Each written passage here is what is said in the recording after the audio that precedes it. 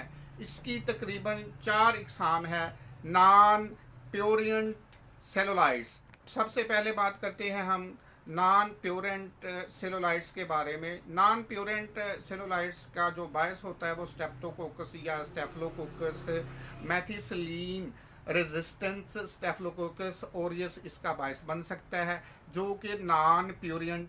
दूसरी जो है टाइप जो है वो प्यूरिलेंट सेलुलाइट्स है, जिसका बायस स्टेप्टोकोकस या स्टेफलोकोकस MRS यानी कि मेथाइल मेथिसिलीन रेजिस्टेंस स्टेफलोकोकस ओरियस होता है, जिसमें फोड़े या वो पस हो सकती है। तीसरी जो किस्म है उसे हम लिम्फेंगाइटिस बोलते हैं।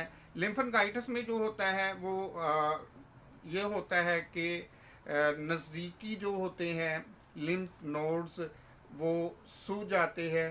तीसरी चौथी और आखिरी किस्म जो है वो नेक्रोटाइजिंग सेलुलाइट्स है, जो कि एक मेडिकल इमरजेंसी है और वो इंसान की जो है वो ज़िंदगी के लिए ख़तरे का बायस भी हो सकती है। बात करते हैं हम तशख़ीस के बारे में। सबसे पहले तशख़ीस के बारे में बात करते हैं तो सबसे पहले चीज़ सामने आती है वो मरीज़ का मुआयना होता है। आप जगह का मुतासरा जगह का मुआयना करें, देखें कि उसमें लाली, सूजन, दर्द, हसासियत और टेम्परेचर वगैरह है। और ये आप तस्वीरों में भी की मदद से भी आपको समझने में आसानी होगी कि आप देखें कि ये लाली जो होती है इस तरह होती है जैसे किसी ने लाल कलर जो है वो मुतासरा हिस्से पे लगा दिया है।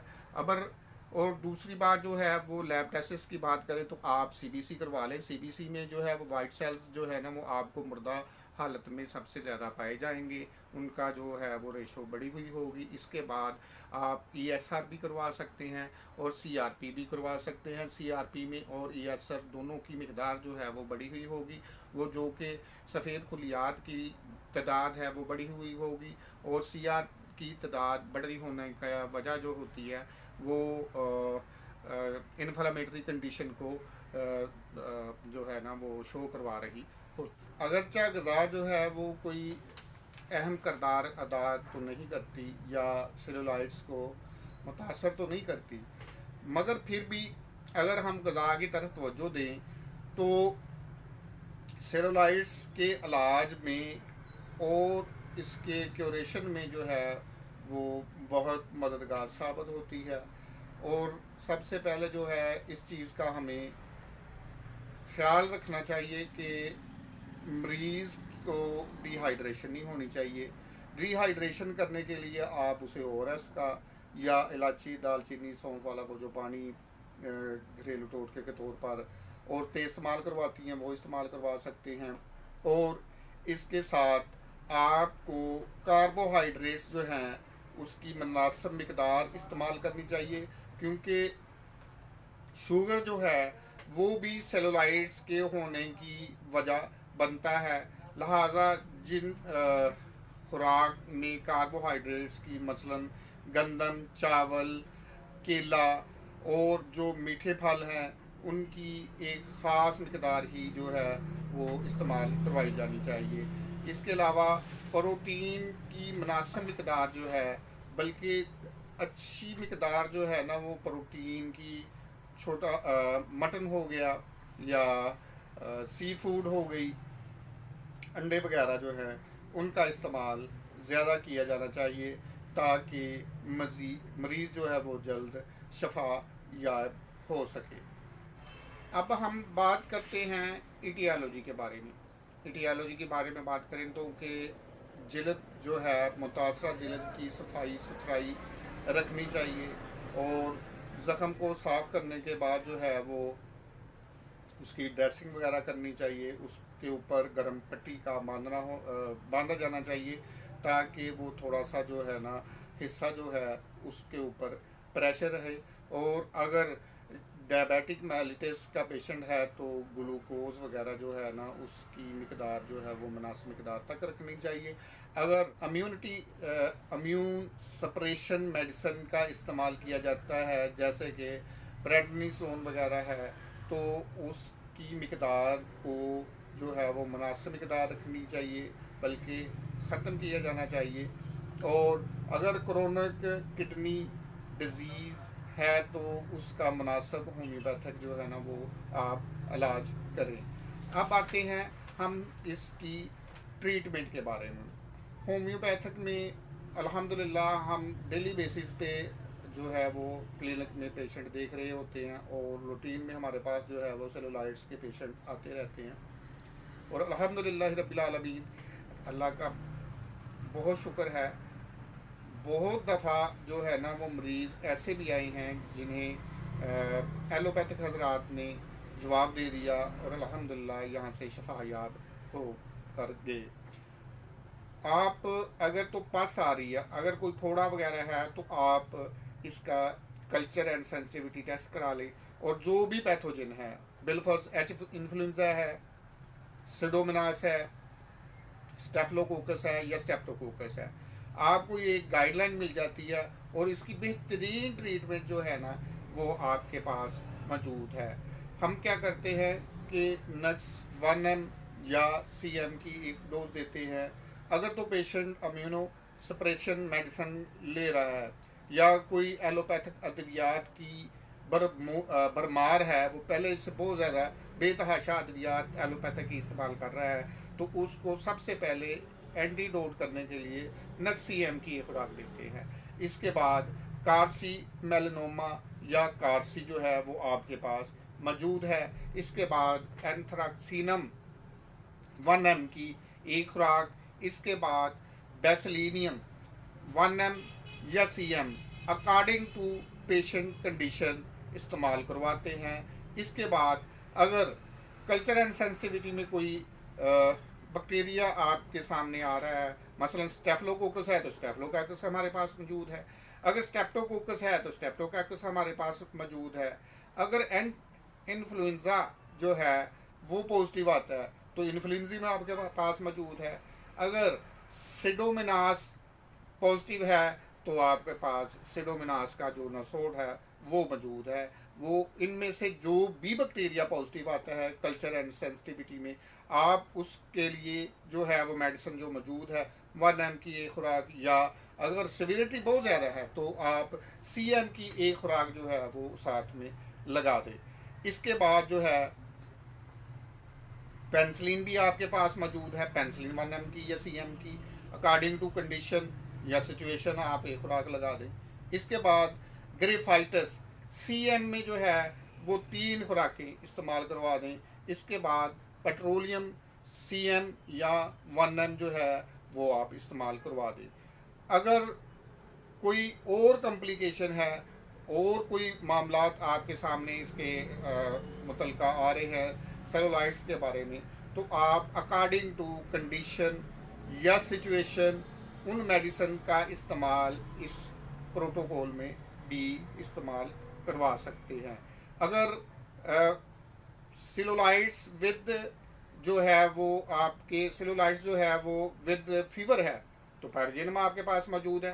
पायरोजीनम 1 m या CM की ये खुराक जो है वो इस प्रोटोकॉल में आप ऐड कर सकते हैं। उसकी तरतीब आप ये रखेंगे, नक्स 1 m या CM की एक खुराक, उसके बाद जो है बेसिलिनियम 1 m या CM की एक खुराक, इसके बाद जो है एंथ्रैक्सीनम 1 m की एक खुराक, इसके बाद जो है वो पायरोजीनियम CM की एक खुराक आप लगा दें। बल्कि आप पायरोजीनम जो है वो 1 m या CM के बाद जो है आप स्टेफलोकोकस, स्टेप्टोकोकस या जो भी बैक्टीरिया आपको नज़र आ रहा है, वैसे कॉमनली तो स्टेप्टोकोकस ही कॉमन आता है तो आप वो लगा दें। और अगर लालगी बहुत ज़्यादा है और साथ में स्वेलिंग भी बहुत ज़्यादा है, बेलाडोना 1 m या CM की ये खुराक भी आप लगा सकते हैं। अगर दर्द और सूजन जो है हसासियत, दर्द और हसासियत बहुत ज़्यादा है तो बेल जो है वो आप SOS भी कर सकते हैं, बेल 1 mg की एक खुराक जो है वह बवक्त ज़रूरत भी दे सकते हैं। अगर साथ में हाई ग्रेड फीवर है तो बेल पैरोजीनियम 1 mg की एक खुराक पहले दे दे, ठीक 5 मिनट के बाद बेल 1 mg की दूसरी खुराक दे दे बवक्त ज़रूरत। जब भी टेम्परेचर हो तो आप ये किसी प्रोटोकॉल के साथ जो है ना वो इस्तेमाल करवा सकते हैं। उम्मीद करता हूँ कि ये जो लेक्चर डिलीवर किया गया है आपके लिए इंतहाई मुफीद रहेगा और आपकी क्लिनिकल एक्सपीरियंस में इजाफा करेगा। ये जो प्रोटोकॉल हम या थेराप्यूटिक्स हम आप लोगों के साथ शेयर कर रहे होते हैं, ये हमारे क्लिनिकल बेस एक्सपीरियंस और हमारे इस्तिज़ा की साल की मेहनतों का नतीजा होते हैं। तो यही जो हम प्रोटोकॉल जो है या जिस तरह हम पेशेंट को देखते हैं और ट्रीट करते हैं, वही चीज़ें वही मामला जो है ना वो आपके साथ शेयर किए जाते हैं। और दूसरी बात ये है कि बराए मेहरबानी जो आम लोग हैं, जो मरीज़ हैं, वो खुद सेल्फ मेडिकेशन करने से इज्तनाब बरतें। आपके करीबी जो भी होम्योपैथिक डॉक्टर है, आप बराए मेहरबानी उनसे रब्ता करें। अब मैं इजाज़त चाहूँगा। अल्लाह हाफ़िज़।